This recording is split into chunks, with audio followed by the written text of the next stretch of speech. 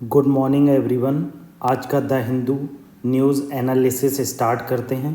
पहला important article जो है वो हमारा सिक्किम फ्लड से रिलेटेड है।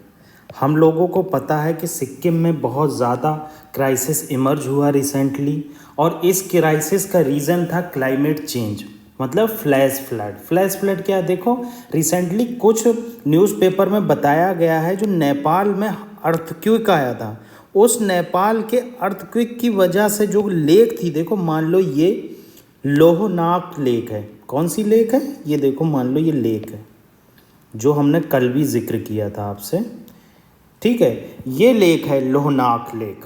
ये लोहनाक लेक है, इसमें मान लो ये ग्लेशियर फिल्डअप है। अब मान लो ये नेपाल बॉर्डर है, देखो यहाँ सिक्किम है, ये देखो सिक्किम है और ये नेपाल है, और ये मान लो लेक है यहाँ पर, ठीक है। तो ये लोहनाक लेक जो है, इसमें क्या है, ग्लेशियर फिल्डअप है। अर्थक्वेक की वजह से यहाँ पर डीस्टेबिलिटी हुई, मतलब डीस्टेबलाइज हुआ ये रीजन। अब ये डीस्टेबलाइज होने की वजह से इसमें जो पहले से वाटर था या ग्लेशियर थे या फिर आइस थी, उसकी वजह से इसकी बाउंड्री जो थी वो बहुत कमज़ोर होती। जब भी आप सुनोगे जो क्या कहते हैं, ये आइस वाली रिवर होती हैं या आइस वाली लेक होती हैं, इसमें क्या होता है, ग्लेशियर वाली लेक में होता ये है कि यहाँ पर बाउंड्री बहुत कमज़ोर होती। ये बाउंड्री अर्थक्वेक की वजह से टूट गई, या फिर फ्लैश फ्लड जो एकदम बारिश हुई बहुत ज़्यादा, तो ये बाउंड्री फट गई, और यही फ्लड जो है सिक्किम के रोडों पे गया, घरों पे गया, और इससे बहुत ज़्यादा सिक्किम को नुकसान हुआ। अब इसमें एक इम्पॉर्टेंट चीज़ ये है कि तीस्ता रिवर का जिक्र हुआ है, तो हमें तीस्ता रिवर के बारे में पता होना चाहिए। देखो, तीस्ता रिवर का ओरिजिन जो होता है, ठीक है, वो ओरिजिन जो है वो सिक्किम से होता है, और ये सिक्किम में जहाँ से ओरिजिन होता है उस लेक का नाम है, मतलब इसके नियर ओरिजिन होता है, उसका नाम है सुलामो लेक, लामो लेक, ठीक है। थोड़ा अजीब सा नाम है, सुलामो लेक, ठीक है। इसके नियर से ओरिजिन होता है, और मेजर पोर्शन जो है इसका वेस्ट बंगाल में है, और जो बहुत कम पोर्शन जो है वो हमारे बांग्लादेश में। ओनली 17%। आप लोग याद रखना, मैं अभी ओरल बता रहा हूँ, आगे आपको इसके नोट्स प्रोवाइड करूँगा, और हम आगे इन फ्यूचर इसको इलेबरेटली डिस्कस करेंगे। कोई भी चीज़ देखो मेरे द्वारा छोड़ी नहीं जाती है, मैं आपसे बार बार ये चीज़ कहता हूँ। अगर आपको लगता है कि हमारे चैनल पर पूरा न्यूज़पेपर डिस्कस नहीं किया जाता, ये चीज़ गलत है। हम लोग उस पर रिसर्च करते हैं, रिसर्च करने के बाद उस पर डिस्कशन करते हैं, ठीक है। तो मैंने आपको बताया ये सुलामो लेक है सिक्किम में, उसके बगल से ओरिजिनेट होती है, और इसका सोर्स जो है वो पहुरनी रिवर, पहुरनी लेक और खैंगसे ग्लेशियर और चोलैमो लेक से माना जाता है। देखो, मैंने आपको बताया कि इसका जो ओरिजिन है वो बहुत फैला हुआ है, तो इसीलिए इसके सोर्स कई जगह से स्प्रेड होते हैं, ठीक है। तो पोहरनी ग्लेशियर, खैंगसे ग्लेशियर और चोलामो लेक के बगल से माना जाता है, ठीक है। तो यहाँ पर हमने ये चीज़ जानी कि तीस्ता रिवर का ओरिजिन कहाँ से होता है, और मैंने आपको बताया ये बांग्लादेश में जब ब्रह्मपुत्र से जाकर टच करती है, देखो जब ये ब्रह्मपुत्र इधर से आ रही है और यहाँ से सिक्किम से ये आ रही, तब ये ब्रह्मपुत्र से जाकर टच करती है, तब ये टच करने के बांग्लादेश में एंट्री करते ही जमुना रिवर कहलाने लगती है। क्या कहलाने लगती है? जमुना रिवर कहलाने लगती है, ठीक है। तो ये चीज़ें बेसिक थी तीस्ता रिवर के बारे में, हमने ये चीज़ जानी। दूसरी न्यूज़ क्या है कि परचेजिंग मैनेजर इंडेक्स जो है उसने बताया है कि सर्विस सेक्टर की एक्टिविटी मोमेंटम ले रही है। हम लोग आगे भी डिस्कस करेंगे, और प्रीवियसली परचेजिंग मैनेजर इंडेक्स को हमने डिस्कस किया है। हम लोग जैसा जानते हैं परचेजिंग मैनेजर इंडेक्स जो है S&P के द्वारा रिलीज़ की जाती है। ये सर्वे बेस्ड मेजर होता है, सर्विस सेक्टर का अलग सर्वे होता है और मैन्युफैक्चरिंग सेक्टर का अलग सर्वे होता है। इन दोनों अलग अलग सर्वे करने के बाद इसमें क्या होता है, दोनों का अलग अलग सर्वे करने के बाद मिला दिया जाता है। देखो, परचेजिंग मैनेजर इंडेक्स की एक खासियत है कि अगर आप 50% से आपका डेटा अगर ऊपर आ रहा है, मतलब सर्वे में पॉइंट 50% से ऊपर आ रहे हैं तो ये आपको कहता है कि आपकी कंट्री में ग्रोथ हो रही है, मतलब आपके यहाँ मैन्युफैक्चरिंग हो रही है, आपके यहाँ तरक्की हो रही है। और अगर 50% से नीचे आता है तो ये बताता है कॉन्ट्रैक्शन है। ठीक है, अब अगली न्यूज़ क्या है फ्रंट पेज की, कि एससी ने कहा है, ईडी से कहा है कि आप सिसोदिया के खिलाफ इनफ एविडेंस नहीं ला पाए हैं, तो आपको इसके लिए एविडेंस गैदर करना चाहिए। तो हमारे लिए क्या इम्पोर्टेंट है, हमारे लिए इम्पोर्टेंट है कि कैसे जो सरकारी संस्थान हैं उनकी ऑटोनॉमिक हो रही है। मतलब मेंस में आपके डायरेक्ट क्वेश्चन आ जाता है कि ऑटोनॉमी को कैसे प्रोटेक्ट किया जाए, ये सब चीज़ें ईडी के बारे में, क्योंकि ईडी का कन्विक्शन रेट बहुत कम है। आप कभी भी ईडी का कन्विक्शन रेट खोजेंगे तो अप्रॉक्स 1% है, मतलब कि 100 लोगों को अगर ईडी वाले पकड़ते हैं तो 1% पे ही डिसाइड कर पाते हैं कि आपके खिलाफ जो है क्या कहते हैं, प्रूफ होते हैं। तो ये चीज़ बहुत ज़्यादा डेमोक्रेटिक कंट्री में डेमोक्रेटिक राइट को इन्फिंज करती है और इससे बहुत ज़्यादा नुकसान होता है। अगला आर्टिकल देख लेते हैं हम। अगला आर्टिकल जो बहुत ज़्यादा इम्पॉर्टेंट है, एसेट रिकंस्ट्रक्शन कंपनी के बारे में। ये मिंट न्यूज़पेपर का आर्टिकल है, ये बहुत इंपॉर्टेंट आर्टिकल है। इसमें जो है प्रीलिम्स में डायरेक्ट आपसे क्वेश्चन पूछे जाएंगे, देखना इससे एक आध क्वेश्चन जरूर आएगा। तो एसेट रिकंस्ट्रक्शन कंपनी कौन होती है? देखो क्या होता है, बैंक जो होती हैं उनके ऊपर बहुत डेट हो जाता है। हम जानते हैं बैंक्स बहुत मतलब कोलेटरल फ्री लोन देती है, कभी कभी बहुत बहुत बड़ी कंपनियों को लोन देती है। तो बैंक की जो बुक लिस्ट है वो एकदम एनपीए से भर जाती है। तो इसके सल्यूशन के लिए क्या किया था गवर्नमेंट ने, सरफेसी एक्ट 2002 लाया था। इस सरफेसी एक्ट में एसेट रिकंस्ट्रक्शन कंपनीज बनाई गई। एसेट रिकंस्ट्रक्शन कंपनीज का क्या काम था, ये बैंक का डेट जो है वो खरीद लेते हैं और बैंक का डेट को, बैड लोन्स को, बैड एसेट को, नॉन परफॉर्मिंग एसेट को, एनपीए को खरीदने के बाद क्या करते हैं, उसको मतलब उगाते हैं। अगर सीधी सीधी लैंग्वेज में कहा जाए, उगाते हैं। उगाना माने क्या होता है कि उसको दोबारा से कलेक्ट करते हैं ताकि ज़्यादा से ज़्यादा लोन को वो कलेक्ट कर सकें, क्योंकि बैंक के पास अदर काम भी होते हैं, तो बैंक को ये सब करना बहुत मुश्किल होता है। तो इसीलिए इसको एसेट रिकंस्ट्रक्शन कंपनी को दिया जाता है। देखो क्या कह रहा है, pre decided value and try to recover. देखो वही बात कही है कि मतलब इनके द्वारा रिकवर किया जाता है कि कैसे हम जो लोन दिया गया था बैंक के द्वारा, जो बैंक का डेट था, उसको कैसे रिकवर करें। ठीक है, इसमें इंपॉर्टेंट प्रीलिम्स के लिए क्या है वो मैं आपको बताऊंगा। आज आपको बताऊंगा माइंड मैप भी कैसे बनता है। हम लोग अक्सर पूछते हैं, मेरे पास मैसेज, बहुत सारे मैसेज आते हैं टेलीग्राम पे कि सर बताइए माइंड मैप कैसे बनता है। हम बच्चों को स्पेशली गाइड करते हैं। अगर आपको गाइडेंस चाहिए तो प्लीज़ हमारे फ्री एकेडमी चैनल पर हमसे कांटेक्ट कीजिए। अगर आपको कोई भी प्रॉब्लम है तो हम आपसे डायरेक्ट फ़ोन करके वो प्रॉब्लम का सल्यूशन बताएंगे। ठीक है, तो देखिए यहाँ क्या चीज़ बताई गई है। देखो ये चीज़ बताई गई है कि इन्होंने यहाँ बताया कि SARFAESI act reconstruction of bad asset without intervention of court. ठीक है, मतलब बिना कोर्ट की इंटरवेंशन के जो है ये सरफेसी एक्ट हेल्प करता है। मतलब इस एक्ट में ये प्रोविज़न है कि एसेट रिकंस्ट्रक्शन कंपनीज जो हैं, एसेट रिकंस्ट्रक्शन कंपनीज जो है वो कलेक्ट करेंगी, रिकवर करेंगी लोन को, और कोर्ट का इंटरवेंशन नहीं होगा। ठीक है, अगली चीज़ क्या बताई गई है, बताया गया है सरफेसी एक्ट में भी कैपिटल एडिक्वेसी रेशियो होता है जो 15% होता है रिस्क वेटेड एसेट रेशियो का। क्या होता है कैपिटल एडिक्वेसी रेशियो? देखो कैपिटल एडिक्वेसी रेशियो होता है कि कोई भी अगर एसेट है, मान लो 100 रुपये बैंक ने लोन दिया, आपको एग्जांपल से समझाता हूँ। अब 100 रुपये बैंक को लोन दिया, बैंक ने पूरा एनालिसिस किया, बैंक को लगा कि इसमें से 30 रुपये जो लोन है वो हमारा रिस्क में है। अब इस 30 रुपये का क्या है, 15% जो है वो रिस्क वेटेड एसेट रेशियो है। मतलब कैपिटल एडिक्वेसी रेशियो है कि मतलब अगर हमारा 30 रुपये खो जाता है तो हम 15 रुपये सेव करके रखेंगे ताकि फाइनेंशियल इंस्टीट्यूशन में क्राइसिस ना आए। आप यहाँ पढ़ लो, financial institution capital is relation to its risk weighted asset and current liability. ठीक है, prevent bank from taking excess leverage and becoming insolvent in process, मतलब ये बैंक को इंसॉल्वेंट होने से बचाता है। तो ये इंपॉर्टेंट पॉइंट था, इसे आप अच्छे से नोट कर लेना। ये प्रीलिम्स में डायरेक्ट पूछा जाता है, क्या एसेट रिकंस्ट्रक्शन कंपनी में कैपिटल एडिक्वेसी रेशियो होता है, और अगर होता है तो कितना % होता है। 4.5 दे देगा आपको, उससे कम दे देगा, मगर आप याद रखिए ये 15% होता है। ठीक है, ये चीज़ आप जान लीजिए।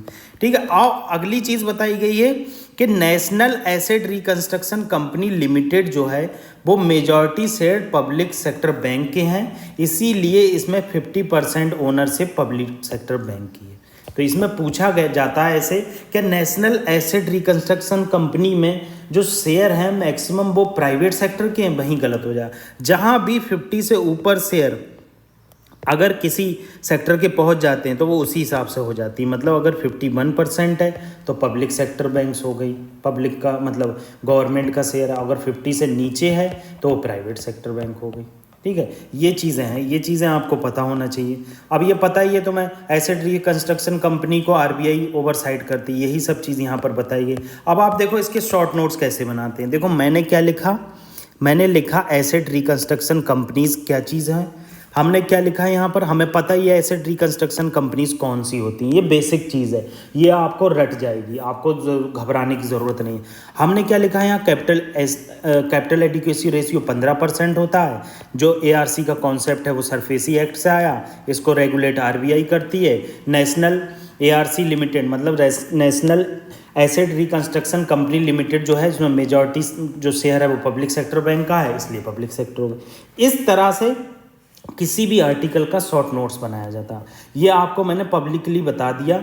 अगर आपको कोई दिक्कत होती है तो हमारे चैनल पर संपर्क कीजिए, हम आपको पूरी न्यूज़ आपको बताएंगे। देखा, ये इस तरह से होता है। अब अगला क्या है कि कल हमने एक क्वेश्चन डिस्कस किया था कि मैंने पूछा था आपसे कि एबव में से बताना है कौन कौन से टी प्रोड्यूसिंग स्टेट हैं। देखो केरला आपको पता है टी प्रोड्यूसिंग, हिमाचल आपको पता है T producing, Tripura north east में तो होती है, आंध्रा में नहीं होती।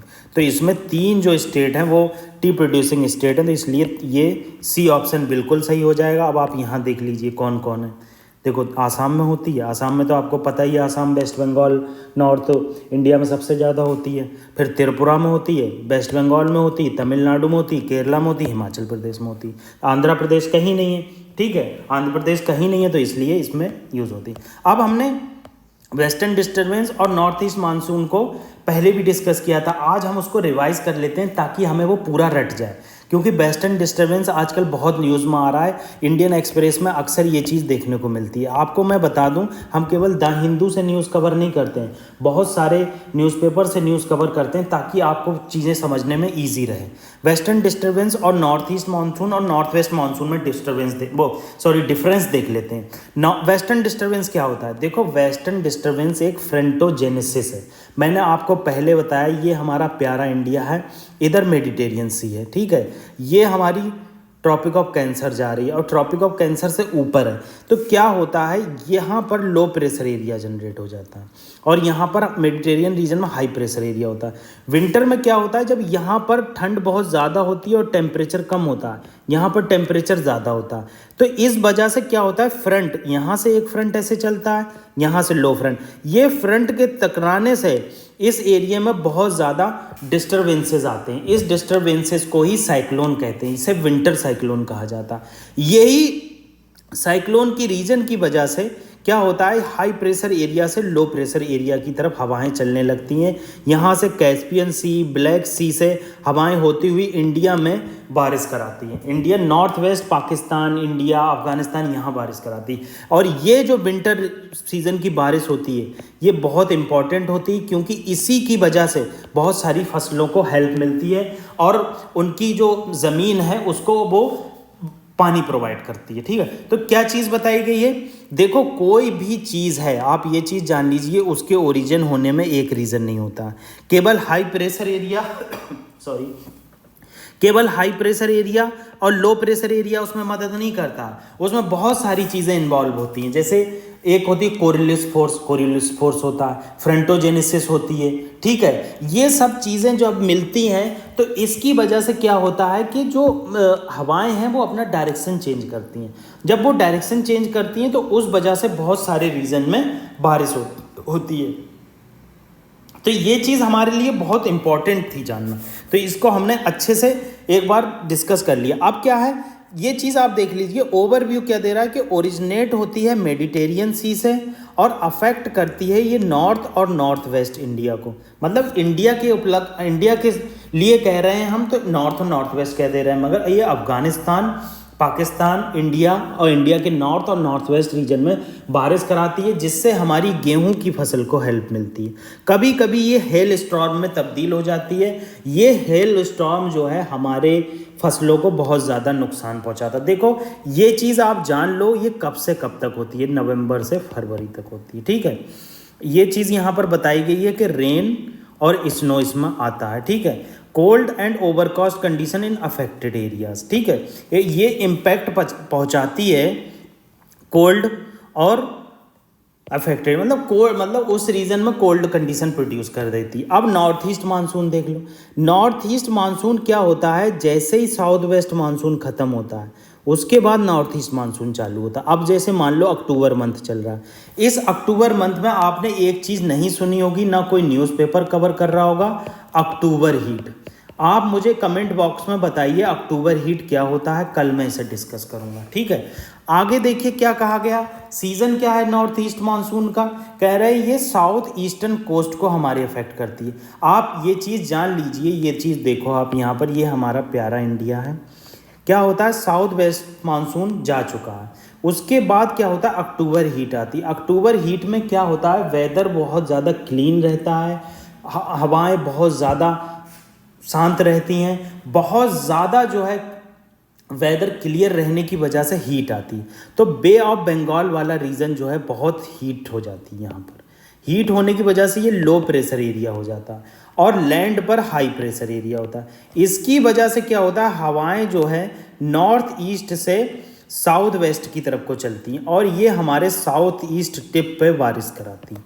ये रीजन जो है यहाँ पर बारिश होती है और तमिलनाडु में ये बहुत अच्छी बारिश मानी जाती है। ये हमारी जो स्टेपल क्रॉप होती है राइस, जो तमिलनाडु, आंध्रा, केरला, कर्नाटका में होती है, इसको बहुत ज़्यादा बेनिफिट कराती है। तो इस तरह से ये नॉर्थ ईस्ट मानसून वर्क करता है। यही चीज़ यहाँ पर बताई गई है कि अक्टूबर टू दिसंबर। मगर मैंने आपको एक चीज़ नहीं बताई, जब अक्टूबर हीट होती है तो यहाँ पर साइक्लोन की कंडीशन बहुत बढ़ जाती है। आप याद रखना, जब भी अक्टूबर हीट का कॉन्सेप्ट आएगा तो आपसे कहा जाएगा कि जो साइक्लोन की एक्टिविटी क्या बहुत बढ़ जाती है। हाँ, आप कहेंगे साइक्लोन की एक्टिविटी बहुत ज़्यादा बढ़ जाए, ठीक है। ये इम्पैक्ट कहाँ कहाँ पहुँचाती मैंने आपको बता दिया, तमिलनाडु, पौंडीचेरी, कर्नाटका, केरला, और बहुत क्रूशियल होती है एग्रीकल्चर के लिए। और समर मानसून तो आप जानते ही हैं, साउथ वेस्ट मानसून हमने पहले भी डिस्कस किया है। क्या होता है, ये हमारा प्यारा इंडिया है, ये इक्वेटर है, ये ट्रॉपिक ऑफ कैंसर है। अब क्या होता है, हम जानते हैं इंटर ट्रॉपिकल कन्वर्जेंस जोन जो है वो शिफ्ट हो जाता है। मान लो क्या है, ये सूरज है, सूरज जो है हमारा इस टाइम यहाँ पर जब जून का मंथ आता है तो ये तिब्बतन प्लेटू को बहुत गर्म कर देता है। ये तिब्बतन प्लेटू है, ये तिब्बतन प्लेटू बहुत हीटेड हो जाता है। इस हीट की वजह से हाई प्रेशर एरिया से लो प्रेशर एरिया की तरफ हवाएं चलने लगती हैं और इसमें कोरियोलिस फोर्स जो है, कोरियोलिस फोर्स बहुत ज़्यादा मदद करता है। उसकी वजह से हवाएं टिल्ट हो जाती हैं इंडिया की तरफ।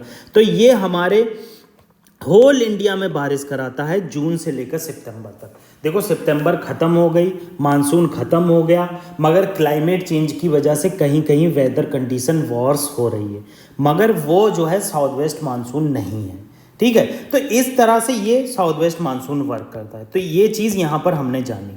अगला आर्टिकल जो है मोनोक्लोनल एंटीबॉडीज़ के बारे में। मैंने आपको निपाह वायरस का डिस्कस किया था। मैंने आपको बताया था ये हेनले वायरस जो होता है और निपाह वायरस एक ही से होता है। ये फ्रूट बैट से निकलता है। सबसे ज़्यादा ये इंडिया में केरला में अफेक्ट किया है। इसका ओरिजिन मलेशिया और इंडोनेशिया से 1999 में हुआ। इसकी कोई भी वैक्सीन नहीं है, मैंने आपको बताया था वैक्सीन इसकी कोई भी नहीं है, केवल जो है वो हेल्प प्रोवाइड की जाती है जो ऑलरेडी वैक्सीन या फिर कोई भी चीज़ मौजूद है। तो ये चीज़ हमने यहाँ पर देखी, ठीक है। हमने जाना कि निपा के केसेस कैसे बढ़ रहे थे और मोनोक्लोनल एंटीबॉडीज़ क्या होता है। देखो मोनोक्लोनल एंटीबॉडीज़ के बारे में डिस्कस कर लेते हैं। मैंने आपको कल भी बताया था और पहले भी बताया था और बार बार फिर भी बताऊंगा ताकि रिवीजन से आपके कॉन्सेप्ट मजबूत हो जाएं। क्या होता है, हमारा इम्यून सिस्टम होता है, हमारी बॉडी में एक इम्यून सिस्टम होता है। ये इम्यून सिस्टम क्या करता है, नेचुरली एक प्रोटीन रिलीज करता है। यही प्रोटीन जो है वो एंटीबॉडी कहलाता है। ये एंटीबॉडीज़ क्या होता है, कुछ नहीं होता है, एक प्रोटीन होता है। जैसे मान लो ये कोरोना का वायरस है, ठीक है, इस पर ये स्पाइक प्रोटीन है, ठीक है, ये स्पाइक प्रोटीन है। अब क्या करेगा, एंटीबॉडीज़ देखो ऐसे दिखाई जाती हैं। ये क्या करेगा, ये सब वायरस के जो यहाँ पर ऊपर उभरे भाग हैं इनको कवर कर लेगा और कवर करके इस पूरे वायरस को मार देगा। यही इस एंटीबॉडी का काम होता है। मोनोक्लोनल एंटीबॉडी क्या होती है, हम क्लोन से एंटीबॉडी बनाते हैं। देखो इसने बताया है आगे क्या हो रहा है, when they are produced by clone derived from a single parent cell. मतलब हम क्लोन से प्रोड्यूस करते हैं, मतलब मैन मेड प्रोटीन होती है। इसमें ऐसा नहीं है कि हम किसी इंसान से निकाल रहे हैं, इसे बनाया जाता है। देखो क्या लिखा हुआ है, man made protein that act like a human antibody in the immune system. मतलब हमारे इम्यून सिस्टम में एंटीबॉडी की तरह ये वर्क करती है। ये बनी होती है cloning of unique white blood cell. मतलब वाइट ब्लड सेल जो होती है, देखो एक रेड ब्लड सेल होती है आरबीसी, एक होती है डब्ल्यूबीसी। तो वाइट ब्लड सेल से हम इसको एंटीबॉडी को बनाते हैं, जिसे हम मोनोक्लोनल एंटीबॉडी कहते हैं। ये मोनोवेलेंट एफिनिटी होती है। मोनोवेलेंट एफिनिटी का क्या मतलब है, the part of an antigen that is recognised by antibody. मतलब ये जो है एंटीजन को उसकी रिकॉग्नाइज करके उसके पार्ट पर अटैक करती है। मतलब एक ही पार्ट पर अटैक करती है। मतलब मान लो ये एंटीजन है तो ये अलग टाइप का पार्ट है, ये अलग टाइप का पार्ट है। तो मोनोवेलेंट एफिनिटी क्या होती है कि एक पार्ट जिसे ये रिकॉग्नाइज करती है उसको अटैक करती है। ये इसका मोनोवेलेंट एफिनिटी कहलाता है। अब क्या करती है ये एंटीबॉडी, ये क्या करती है, ड्रग को कैरी करती है, टॉक्सिन को कैरी करती है और radioactive substances directly to affect cell, ठीक है। ट्रीट मैनी डिजीजेज, इसमें बहुत सारी डिजीजेस को ट्रीट किया जाता है, कैंसर को भी इससे ट्रीट किया जाता है।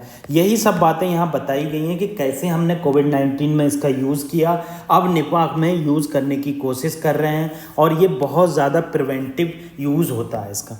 वही बात देखो फिर से बताई गई है, इन्होंने यहाँ फिर बताया है कि एंटीबॉडी क्या होता है, इम्यूनोग्लोबिन होता है जो प्रोटेक्टिव प्रोटीन होता है, जो एंटीजन जो फॉरेन सब्सटेंसेज होते हैं, एंटीजन कहते हैं जो फॉरेन सब्सटेंस होते हैं।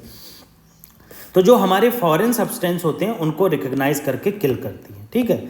अब अगला आर्टिकल जो रिलेटेड है हमारा वो विमेन से रिलेटेड है। क्या हुआ है कि रिसेंटली तमिलनाडु में श्री वैष्णवा टेम्पल में 3 विमेन को असिस्टेंट प्रीस्ट बनाया गया है। ये डेमोक्रेटिकली एक बहुत बड़ा कदम है। इससे क्या होगा, बहुत सारी इक्वलिटी हम धीरे धीरे डिमिनिश हो रही है, ये इक्वलिटी के कॉन्सेप्ट को स्ट्रेंथन करेगा। तो ये चीज़ इंपॉर्टेंट है, आप ये चीज़ जान लो।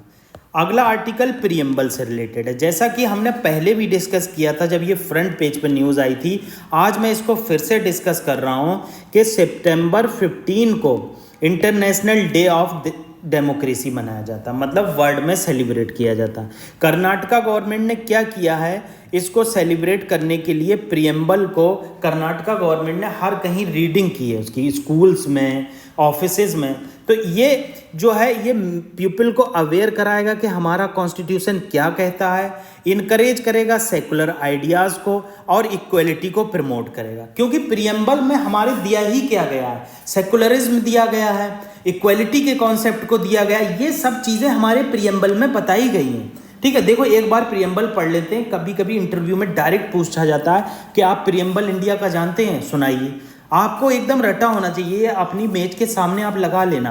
देखो प्रीएम्बल क्या कहता है, we the people of India having solemnly resolved to constitute India into a sovereign, socialist, secular democratic republic, and to secure all its citizens justice, socio-economic and political justice, liberty of thought, expression, belief, faith and worship, equality of status and of opportunity, and to promote among them all fraternity, assuring the dignity of the individual and the unity and integrity of nation। ठीक है,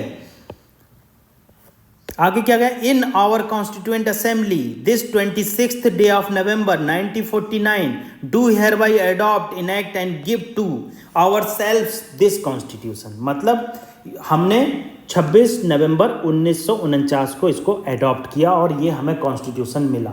उसके बाद 26 जनवरी 1950 में इसके maximum provision आए। ठीक है, तो ये आप प्रियम्बल को एक फ्रेम करा लीजिए अपनी लाइब्रेरी में, अपने घर में इसे लगा लीजिए और इसे खाना खाने से पहले एक बार ज़रूर पढ़िए। ठीक है, अब हिस्ट्री ऑफ प्रियम्बल देख लेते हैं। प्रियम्बल का आइडिया कहाँ से डेवलप हुआ? देखो, प्रियम्बल का आइडिया डेवलप हुआ था 13 दिसंबर 1946 को। 13 दिसंबर 1946 को जवाहरलाल नेहरू ने एक ऑब्जेक्टिव रिजोल्यूशन लाया था। यही ऑब्जेक्टिव रिजोल्यूशन अडॉप्ट किया गया कॉन्स्टिट्यूएंट असेंबली में जनवरी 22, 1947 को, और इसी के बेसिस पर प्रियम्बल का कॉन्सेप्ट आया। मतलब ये कॉन्सेप्ट लिया हमने अमेरिका से, मगर इसका बैकिंग कहाँ से है ये बताई गई है। ये बैकिंग है जवाहरलाल नेहरू के ऑब्जेक्टिव रिजोल्यूशन से। फिर आगे क्या बताया गया है कि ये कोर्ट में इन्फोर्सेबल नहीं होगा। ये चीज़ आप अच्छे से जान लीजिए, प्रियम्बल को इन्फोर्स नहीं किया जा सकता। देखो, प्रियम्बल क्या बताता है? बताता है objective of the constitution. Objectives क्या होते हैं? मतलब जो ये टारगेट्स होते हैं। ऑब्जेक्टिव का मतलब होता है कि हम जो टारगेट्स अचीव करना चाहते हैं वही। तो हमारा प्रियम्बल कहता है कि हम ये टारगेट अचीव करना चाहते हैं, सेकुलरिज्म को अचीव करना चाहते हैं, डिग्निटी को अचीव करना चाहते हैं, फ्रेटर्निटी को अचीव करना चाहते हैं, ताकि लोग आपस में अच्छे से मिलजुल कर रहें। आगे क्या बताया गया? Act as an aid during the interpretation of article when language is found ambiguous. देखो, यही चीज़ बस आपके काम आएगी। मेरा इतना ज़्यादा एक्सपीरियंस है पढ़ाने में और न्यूज़पेपर डिस्कशन में, मैं आपको बता देता हूँ कि ये जो बात कही गई है यही चीज़ आपके काम आएगी। क्या करते हैं, जैसे क्या होता है जब जुडिशरी किसी भी आर्टिकल को इंटरप्रेट करती है, तो इंटरप्रेट करने में जुडिशरी को जो प्रॉब्लम आती उस समय क्या होता है, प्रियम्बल का यूज़ किया जाता है। प्रियम्बल का कैसे यूज़ किया जाता है? मान लो सेकुलरिज्म का कॉन्सेप्ट है, गवर्नमेंट कोई ऐसी पॉलिसी लाई जो सेकुलरिज्म को डिग्रेड कर दिया और किसी भी एक आर्टिकल का हवाला देते हुए कहती है नहीं नहीं ये डाउन ट्रॉडन कम्युनिटी है और इसको ज़्यादा से ज़्यादा रिजर्वेशन देना चाहिए। क्या होगा? उसी टाइम सुप्रीम कोर्ट कहेगा देखो हमारे प्रियम्बल में सेकुलरिज्म दिया गया है। इस प्रियम्बल का मतलब है कि सेकुलरिज्म के आइडिया को हमें स्ट्रेंथन करना है, ऑल कम्युनिटी को एक पद पे लाना है। तो यही चीज़ यहाँ पर बताई गई है कि act as an aid during the interpretation of articles when the language is found ambiguous। ठीक है, ये चीज़ आप अच्छे से जान लीजिए।